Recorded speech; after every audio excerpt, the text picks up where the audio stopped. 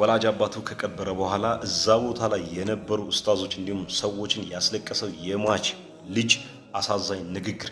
አሰላሙ አለይኩም ወራህመቱላሂ ወበረካቱ። ይህ ቪዲዮ እስከ መጨረሻ ተከታተሉት። በተለይ ወላጆቻችሁ በህይወት ያሉላችሁ ሰዎች ትጠቀሙበታላችሁ። አትጎዱም። ሼር፣ ኮፒ ሊንክ፣ ሪፖስት እንዲዩት አድርጉት። ከዛ በፊት ትላንት ከቀበርናቸው 5 ሰዎቹ 3ቱ ድንገተኛ ሞቶች ናቸው። አንደኛው ሟች ከሞተ ከ20 ቀን በላይ የሆነ መሞቱ ያልታወቀ፣ ሁለተኛው ሟች ፈጅር እየሰገደ ወድቆ የሞተ፣ ሶስተኛው ሟች ደግሞ ድንገት እናቱን ለመጠየቅ በሄደበት ከፎቅ ወድቆ የሞተ። እነዚህ 3 ሞት ድንገተኛ ሞቶች ናቸው። ለምንድን ነው ይሄ የምትነግረን? ትረዱታላችሁ መጨረሻ ላይ። ይህ የሟች ልጅ መልስ ነበረ እነዛ ሰዎች ያስለቀሳቸው። አባቴ አንዴ ብቻ ተነስና የሆነ ነገር ዘዘኝ እሺ ልበለ። አባቴ በህይወት ያለውኝ እስከዛሬ አንድም ቀን አዘኸኝ እሺ ብዬ አላቅም።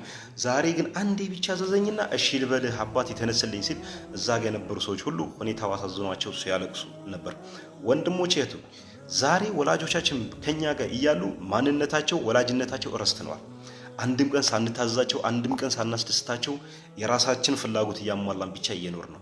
ዛሬ እስቲ እያንዳንዳችን ራሳችን እንመልከት። ትላንት ላወቅናት ሴት፣ ትላንት ላወቅነው ወንድ ልጅ ብለን ወላጆቻችን አስከፍተን ራሳችን ጭምር መስዋዕት እየከፈልን እንገኛለን። ምናልባት አብዛኞቻችን ወላጆች እኛ አሁን ያለንበት ደረጃ ላይ ለማድረስ እነሱ ህይወታቸውን ጭምር ዋጋ ከፍሏል። ታዲያ ዛሬ አንተ ወላጆችህ እናት አባትን አምፀህ የራስን ፍላጎት ስታሟላ ነገ ወላጆችን አተህ በጸጸት ትሞታለህ። አሊያም ደግሞ አንተ ከነሱ ቀድመህ ሞተህ አሂራህን ይበላሻል። ስለዚህ ወላጆቻችሁ በህይወት ያሉ ተጠቀሙባቸው፣ እንጠቀምባቸው። ወንድሞቼ እህቶቼ፣ እኛ እዚህ ቦታ ላይ ብዙ ነገሮችን እናያለን፣ እናለቅሳለን፣ እንሰማለን። የወላጆችህ ምንነት ማወቅ የምትጀምረው ወላጅ የሌለህ ቀን ብቻ ነው። ሂድ እናት አባት ያጣ ሰው ሂድና የእናትና አባት ምንዳ ዋጋው ደረጃውን ጠይቀው።